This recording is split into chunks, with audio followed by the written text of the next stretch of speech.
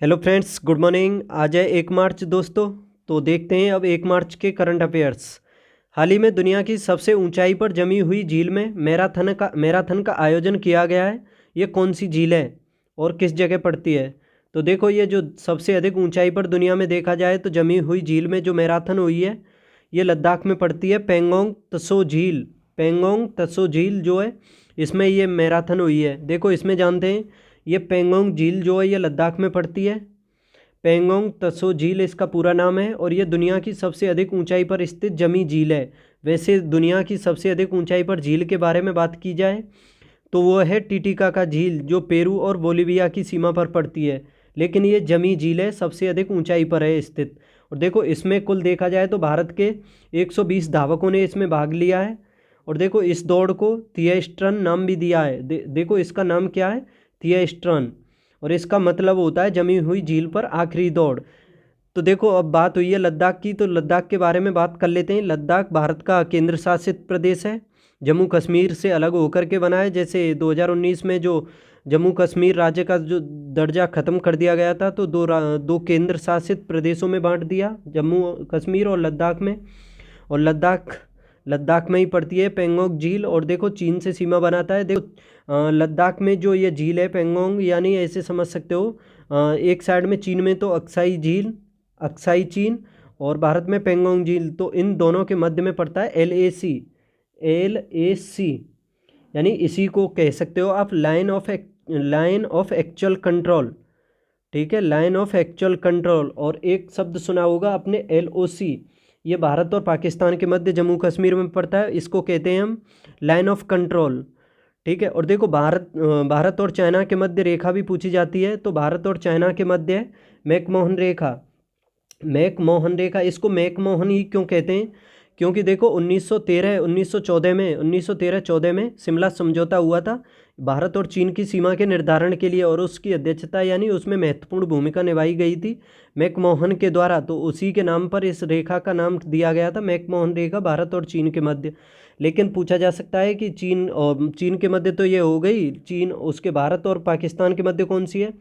तो भारत और पाकिस्तान के मध्य रेड क्लिफ। उसका रेड क्लिफ नाम क्यों पड़ा? क्योंकि 1947 में विभाजन हुआ था भारत और पाकिस्तान का, और भारत और पाकिस्तान में ही रेड क्लिफ के द्वारा ये जो भारत और पाकिस्तान के मध्य सीमा थी उसका विभाजन किया गया था, यानी निर्धारित की गई थी रेड क्लिफ के द्वारा। तो इसी वजह से उस रेखा को, भारत और पाकिस्तान के मध्य जो रेखा है, उसको कहते हैं हम रेड क्लिफ। और देखो, पूछा भी, ये भी समझ लो कि भारत और बांग्लादेश के बीच कौन सी है। देखो, पहले तो पश्चिम पाकिस्तान था और बांग्लादेश था पूर्वी पाकिस्तान, तो दोनों ही पाकिस्तान हो गए। जब पश्चिमी पाकिस्तान की रेड क्लिफ है तो पूर्वी पाकिस्तान की भी रेड क्लिफ होगी। तो समझ सकते हो, भारत और बांग्लादेश के मध्य भी रेड क्लिफ लाइन है, याद रखना। अब देखो, ये महत्वपूर्ण पॉइंट हैं, कुछ झीलों के बारे में दिया हुआ है, ये भी समझ लेते हैं। कि जैसे पुलिकट झील है, कोलारू झील है, ये कहाँ पड़ती हैं? ये आंध्र प्रदेश में। कोलेरू झील और पुलिकट झील दोनों पड़ती हैं ये आंध्र प्रदेश में। और देखो, राजसमंद, जयसमंद, सामर, पुष्कर और नक्की झील, ये सभी झीलें राजस्थान में पड़ती हैं। जयसमंद, राजसमंद, सांबर, पुष्कर और नक्की झील। इसके अलावा ये देखो, हुसैन सागर झील और नागार्जुन सागर झील, ये दोनों पड़ती हैं तेलंगाना में पड़ती हैं हुसैन सागर और नागार्जुन सागर झील। और सूरजकुंड और दमदमा झील, ये हरियाणा में पड़ती हैं।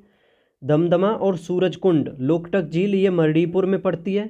काबुल जाओल जो राष्ट्रीय उद्यान है वो भी यहीं पर स्थित है, तैरता हुआ, याद रखना, लोकटक झील में। और संगाई हिरन के लिए ये काफ़ी प्रसिद्ध है। काबुल लामजाओ जो राष्ट्रीय उद्यान है वो संगाई हिरन के लिए प्रसिद्ध है। और देखो, बुलट झील, डल झील, अनंतनाग, बेरीनाग, शेषनाग झील, ये सभी जम्मू कश्मीर में पड़ती हैं।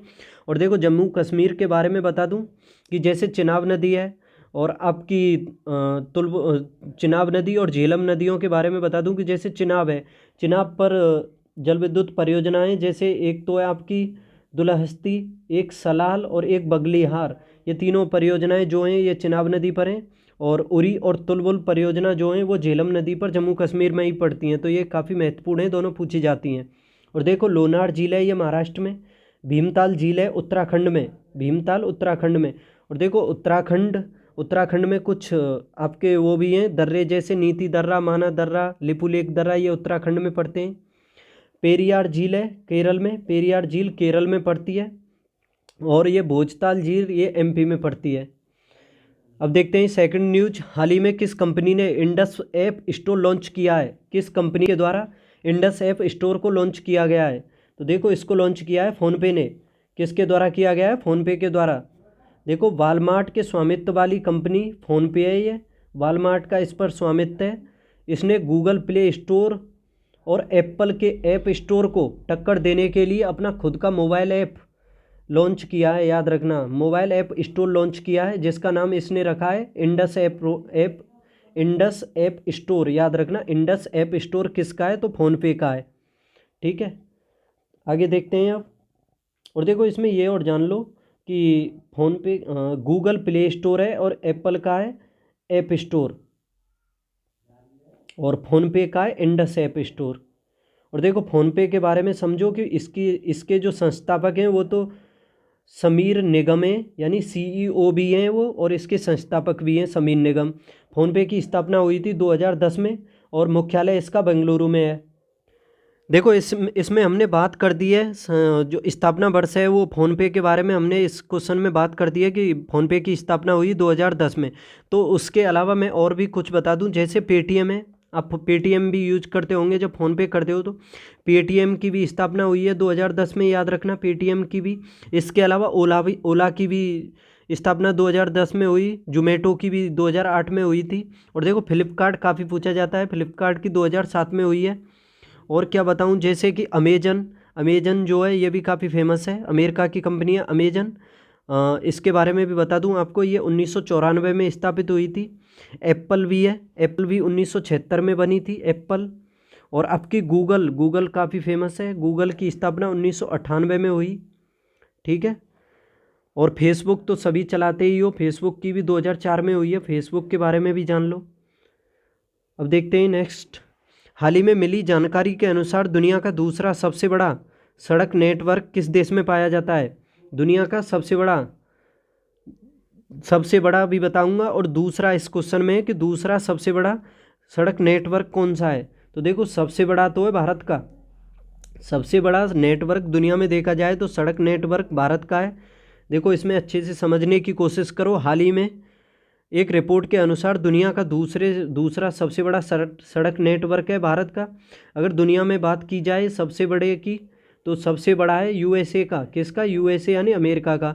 और भारत का दूसरे नंबर पर है, और तीसरे स्थान पर है चाइना। और भारत में पिछले 9 सालों में 50,000 किलोमीटर से अधिक के नेशनल हाईवे का निर्माण हुआ है। कितने का? 50,000 किलोमीटर का निर्माण हुआ है भारत में पिछले 9 सालों में। और भारत ने चीन को पीछे छोड़ दिया है इस मामले में, याद रखना। और देश का सबसे लंबा राष्ट्रीय राजमार्ग भी पूछा जाता है, तो ये दिल्ली से मुंबई को जोड़ने वाला जो राष्ट्रीय राजमार्ग है वो है, यानी दिल्ली मुंबई एक्सप्रेसवे। और भारत में 13 लाख किलोमीटर से अधिक लंबा सड़क नेटवर्क है, याद रखना। और नेशनल हाईवे इसमें 1,44,000 किलोमीटर का है, 1,44,000 किलोमीटर का इसमें नेशनल हाईवे है। वैसे अगर बात की जाए तो सड़क नेटवर्क के बारे में भारत में 63 लाख किलोमीटर है। अब देखते हैं चौथी न्यूज, हाल ही में एआई में भारतीय स्टार्टअप को सशक्त बनाने के लिए किसने IMPEL AI प्रोग्राम लॉन्च किया है? IMPEL AI प्रोग्राम भारतीय स्टार्टअप को सशक्त बनाने के लिए, तो देखो इसको लॉन्च किया है माइक्रोसॉफ्ट ने। ये अमेरिकी कंपनी है माइक्रोसॉफ्ट, इसने किया है। देखो बात हुई है माइक्रोसॉफ्ट की, तो इसके बारे में भी बात कर लेते हैं। I create Microsoft program for emerging leaders in AI। और देखो इसकी स्थापना के बारे में बात करें तो इसकी स्थापना हुई है माइक्रोसॉफ्ट की 1975 में। और इसके फाउंडर के बारे में बात करें तो बिल गेट्स और पॉल हेलन है, यानी इसका हेडक्वार्टर भी बता दूं आपको वाशिंगटन DC में है। और देखो माइक्रोसॉफ्ट के फाउंडर कौन है? बिल गेट्स और पॉल हेलन। और देखो इसके जो वर्तमान में CEO के बारे में बात की जाए माइक्रोसॉफ्ट के, तो ये सत्य नडेला हैं, सत्य नडेला। जब इसमें मैंने बताया कि माइक्रोसॉफ्ट के CEO हैं सत्य नडेला, तो एप्पल के भी जान लो, एप्पल के टिम कुक। माइक्रोसॉफ्ट के सत्य नडेला को भी याद रखना। देखो सीरम इंस्टीट्यूट ऑफ इंडिया जो है वो आधार पूनावाला हैं उसके CEO। इसके अलावा संसद TV भी पूछी जा सकती है आपसे, संसद TV। संसद टीवी का याद रखना उत्पल कुमार सिंह है। इसके अलावा और क्या बताऊं, जैसे सबसे मैंने अमेजन, तो अमेजन के सीईओ एंडी जेसी हैं, और फेसबुक के मार्क जुकरबर्ग हैं, याद रखना। ट्विटर के पूछे जा सकते हैं लिंडा याकारिनो हैं। और आपको और क्या बताऊं, व्हाट्सएप के उसके कैथकार्ट, और यूट्यूब के नील मोहन, याद रखना यूट्यूब के नील मोहन है। और स्पेस एक्स के पागल सुल्तान कह सकते हो इसे, स्पेस एक्स के सीईओ हैं एलन मस्क। ठीक है, तो याद रखना एलन मस्क, मजाक में कहा है, पागल सुल्तान मत कहना इसको, क्योंकि पागल सुल्तान तो कहते हैं मोहम्मद बिन तुगलक को, उसको हाँ जोना खां जो था उसका वास्तविक नाम था मोहम्मद बिन तुगलक को ही कहते हैं पागल सुल्तान, क्योंकि ये अरबी और फारसी का अधिक ज्ञाता था। इस वजह से समझ सकते हो कि ना तो इसकी बात जनता को समझ में आती थी और ना जनता को इसकी, तो महत्वपूर्ण क्वेश्चन हुआ ये। अब देखते हैं आगे। हाल ही में हिमालय वास्कट पहल कहाँ शुरू हुई है? वास्कट पहल, हिमालय वास्कट पहल, तो देखो ये शुरू हुई है उत्तराखंड में। उत्तराखंड के मुख्यमंत्री हैं पुष्कर सिंह धामी। और उत्तराखंड के बारे में बता दूं, ये बना था उत्तर प्रदेश से अलग होकर के 13 जिलों से बना था, यानी उत्तर प्रदेश के 13 जिले काट करके उत्तराखंड बना था 9 नवंबर 2000 को। 2000 को ही 3 राज्य और बने थे, जैसे 1 नवंबर 2000 को बना था छत्तीसगढ़ एमपी से अलग होके, और 15 नवंबर 2000 को ही बना था झारखंड बिहार से अलग होके। तो देखो इसमें जान लो कि ये हिमालय वास्कट जो पहल है ये उत्तराखंड में शुरू हुई है। और इसमें देखो पुष्कर सिंह धामी यहाँ के मुख्यमंत्री हैं। और इसमें देखो दूध, हल्दी, पुदीना जैसे कृषि उत्पाद किसानों से खरीदे जाएंगे, फिर उनसे अलग अलग उत्पाद बनाकर विदेश में बेचे जाएंगे, जो ये पहले है इसमें। तो काफ़ी अच्छा है ये भी पॉइंट। उत्तराखंड हाई कोर्ट के बारे में बात करें तो हाई कोर्ट के पहले महिला चीफ जस्टिस ऋतु बाहरी हैं।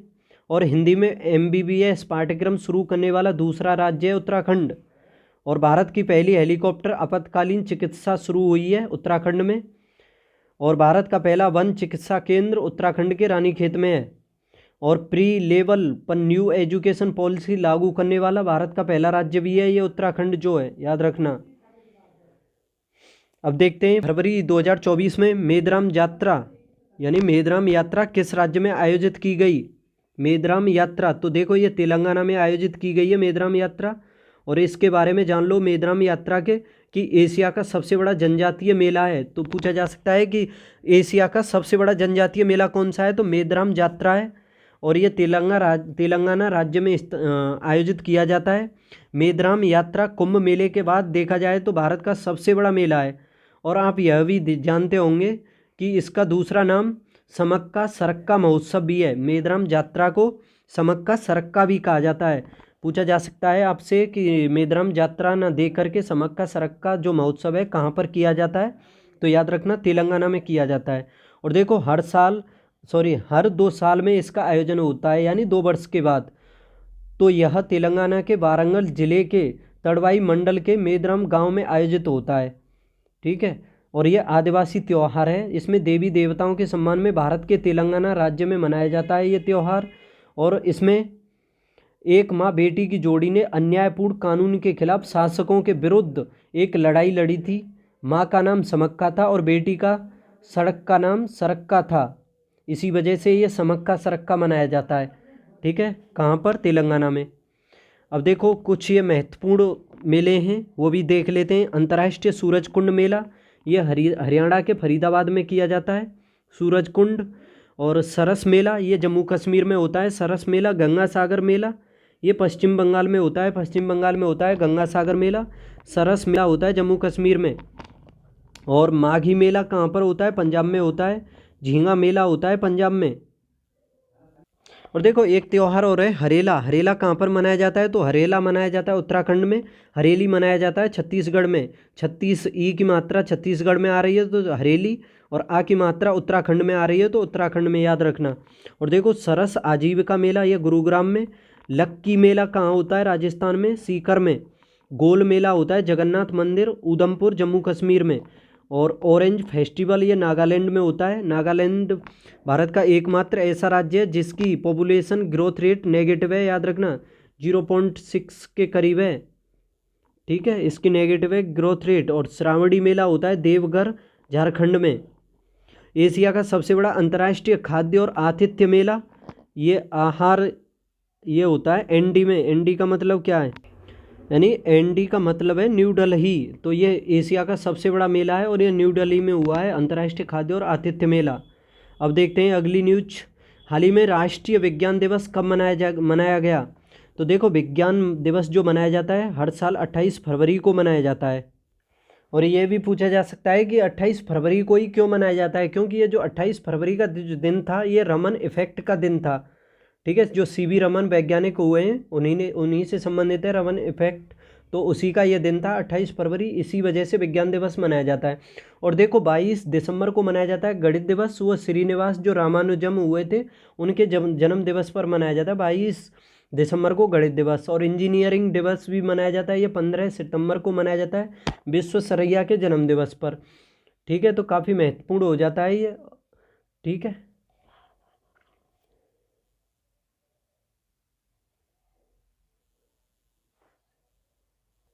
अब देखो इसमें समझते हैं कि भारत में प्रतिवर्ष 28 फरवरी को मनाया जाता है। और यह विश्व दिवस जो है चंद्रशेखर वेंकट रमन द्वारा रमन प्रभाव की खोज के उपलक्ष्य में मनाया जाता है, बता दिया था मैंने। ठीक है, और देखो ये और कुछ पुरस्कारों के बारे में भी जान लो कि जैसे नोबेल पुरस्कार है, ये 1930 से शुरू हुआ था क्या, भौतिकी का नोबेल पुरस्कार। और भारत रत्न 1954 से, लेनिन शांति पुरस्कार 1957 से। तो देखो इसमें ये जो नोबेल पुरस्कार है ये गलत दिया हुआ है, क्योंकि नोबेल पुरस्कार की तो स्टार्टिंग 1901 से हुई थी। कब से, 1901 से, याद रखना। भारत रत्न की 1954 से हुई थी। सीवी रमन, राजगोपालचारी और सर्वपल्ली राधाकृष्णन, इन तीनों को दिया गया था 1954 में पहला भारत रत्न अवार्ड, याद रखना। सर्वपल्ली राधाकृष्णन, सीवी रमन और सी राजगोपालचारी को। अब देखते हैं 8वीं न्यूज है। हाल ही में वर्ल्ड गोल्ड काउंसिल में किसे भारत के लिए सीईओ नियुक्त किया गया। वर्ल्ड गोल्ड काउंसिल में भारत के लिए सीईओ, तो देखो ये नियुक्त किए गए सचिन जैन। सचिन जैन जो हैं वर्ल्ड गोल्ड काउंसिल में नियुक्त किए गए हैं। और 1987 में बनी थी ये वर्ल्ड गोल्ड काउंसिल जो है। और इसका हेडक्वार्टर है लंदन में, यानी यूके में। और इसके हेड हैं केल्विन डी और सीईओ हैं डेविड टी, याद रखना। वर्ल्ड गोल्ड काउंसिल के हेड कौन है, केल्विन डी, और सीईओ डेविड टी। और इसका हेडक्वार्टर लंदन यूके में, और ये बनी थी 1987 में। अब देखो 9वीं न्यूज। हाल ही में न्यायपालिका के भीष्म पिता के नाम से मशहूर किस व्यक्ति का निधन हुआ है। भीष्म पितामह के नाम से कौन बने थे न्यायपालिका के भीष्म पिता। ये मत समझ लेना कि जो महाभारत आता है उसमें भीष्म पिता जो बने थे उसका निधन हुआ है, नहीं। न्यायपालिका के भीष्म पितामह थे ये न्यायपालिका के, उनका निधन हुआ है। तो उसका नाम पूछा है, ये कौन थे। तो देखो ये थे फली एस नरीमन। फली एस नरीमन, देखो भारतीय न्यायपालिका के पुरोधा फली एस नरीमन जो कई ऐतिहासिक कानूनी कार्यवाहियों का हिस्सा थे जिन्होंने आधुनिक भारत को आकार देने में मदद की, जिसमें केशवानंद भारती मामला भी शामिल है। सभी को पता होगा केशवानंद भारती मामला जो है ये 1973 का मामला है। केशवानंद भारती बना केरल राज्य जो है 1973 का।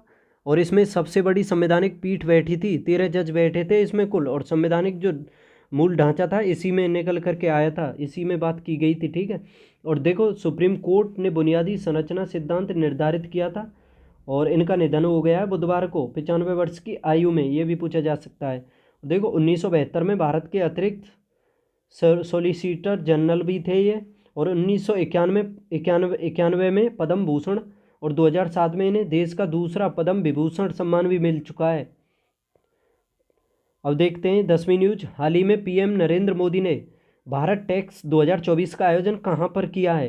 पीएम नरेंद्र मोदी के द्वारा भारत टैक्स 2024 का आयोजन, तो देखो इसका आयोजन किया गया है न्यू दिल्ली में। कहाँ पर, न्यू दिल्ली में। और देखो 9वां रायसीना डायलॉग ये भी नई दिल्ली में हुआ है। और चीफ गेस्ट इसमें ग्रीस के पीएम है किरियाकोस देखो क्या नाम है, यानी मिट्सोटाकीज, किरियाकोस मिट्सोटाकीज, ये ग्रीस के पीएम हैं। और ये चीफ गेस्ट रहे हैं रायसीना डायलॉग जो 9वां हुआ है नई दिल्ली में। 8वीं में कौन थी, तो जॉर्जिया मेलोनी थी, इटली की प्रधानमंत्री। और नॉर्वे में ग्रीस के पीएम, याद रखना। और देखो पहला digital India future skill summit ये गुवाहाटी असम में हुआ है।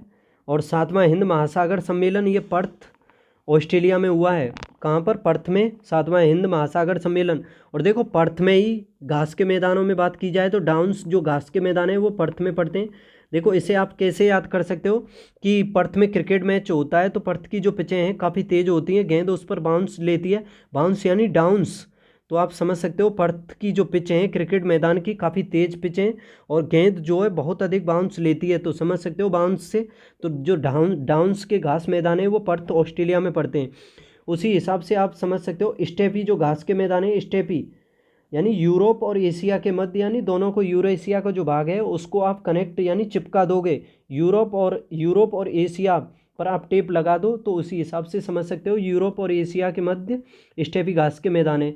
और देखो पंपास घास के मैदान कहाँ पर है? पंपास ये अर्जेंटीना में पड़ते हैं। इसे आप कैसे याद कर सकते हो कि मरीज को सीरियस हालत में अर्जेंट पंप की आवश्यकता होती है, अर्जेंट पंप की, तो उसी हिसाब से समझ सकते हो पंपास घास के मैदान कहाँ पर हैं? अर्जेंटीना में। पूछताछ भी पूछे जाते हैं, तो पूछताछ कहाँ है? हंगरी में।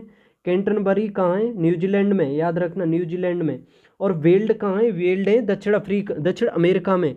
वेल्ड को आप कैसे याद कर सकते हो कि जो दक्षिण अफ्रीका है, दक्षिण अफ्रीका में भी क्रिकेट का मैच होता है, तो लेकिन जो दक्षिण अफ्रीका देश है उसकी पिच स्लो है, जिस वजह से गेंद जो है नीची रहती है और बैट्समैन बोल्ड हो जाता है, यानी बाउंस कम लेती है और बोल्ड हो जाता है। तो उसी हिसाब से समझ सकते हो वेल्ड जो घास के मैदान है वो दक्षिण अफ्रीका में पड़ते हैं। ठीक है, तो काफ़ी अच्छा सब कुछ समझाया मैंने। और प्रेयरी भी पूछे जाते हैं, प्रेयरी उत्तरी अमेरिका में है। देखो विश्व सरकार सम्मेलन 2024 का ये दुबई में हुआ है और भारत यूनेस्को की विश्व धरोहर समिति की अध्यक्षता करेगा 2024 में। और ये 46वां संस्करण होगा यूनेस्को विश्व धरोहर की। और vibrant Gujarat global trade show हुआ, ये गांधीनगर में हुआ है। कहाँ पर? गांधीनगर में। Vibrant Gujarat global trade show, इसका पता है उद्घाटन किसने किया? प्रधानमंत्री नरेंद्र मोदी इसमें शामिल हुए हैं, याद रखना। और 9वां अंतर्राष्ट्रीय विज्ञान महोत्सव ये फरीदाबाद में हुआ है, 9वां अंतर्राष्ट्रीय विज्ञान महोत्सव। देखो आज की लास्ट न्यूज है, हाल ही में एशियाई ट्रैक साइकिलिंग चैंपियनशिप 2024 में भारत ने कितने पदक जीते हैं? हाल ही में एशियाई ट्रैक साइकिलिंग चैंपियनशिप 2024 में भारत ने कितने पदक जीते हैं? तो देखो दोस्तों, हम डेली करंट अफेयर्स आपके सामने डिस्कस करते हैं सुबह 6:30 बजे, ठीक है। और जिस किसी भी एग्जाम में करंट अफेयर्स आती है ना, सभी के लिए ये क्लास है, स्पेशली कोई एक एग्जाम के लिए नहीं है, याद रखना। जैसे डिफेंस के होते हैं सभी एग्जाम, उसके अलावा यूपीपीसीएस के, आरओ एआरओ के, और उसके अलावा आपके रेलवे के, एनटीपीसी के, सीजीएल के, जिस किसी में भी आती है तो निश्चिंत होकर के आप क्लास को देख सकते हो। और इस क्लास की अगर आपको पीडीएफ चाहिए तो वो आपको हमारे टेलीग्राम चैनल M2M क्लासेज पर मिलेगी, याद रखना, उसे आप ज्वाइन कर सकते हो, ठीक है। तो देखो आपको चैनल को सब्सक्राइब करना भी बनता है, तो चैनल को भी सब्सक्राइब कर लो और शेयर भी कर दो। तो देखो ये अच्छा क्वेश्चन है, एशियाई ट्रैक साइकिलिंग चैंपियनशिप 2024 में भारत ने कितने पदक जीते हैं? तो कुल 18 पदक जीते हैं। और देखो एशियाई ट्रैक साइकिलिंग चैंपियनशिप के बारे में बात की जाए तो ये दिल्ली के इंदिरा गांधी स्पोर्ट्स कॉम्प्लेक्स में हुई है और ये 21 से 26 फरवरी तक चली है और इसका ये 43वां संस्करण हुआ है। और भारत की इसमें 20 सदस्यीय टीम खेली है और जिसमें देखा जाए तो पैरा भी खिलाड़ी रहे हैं इसमें। और कुल 18 पदक भारत ने इसमें जीते हैं, जिसमें 9 स्वर्ण, 6 रजत और 3 कांस्य पदक।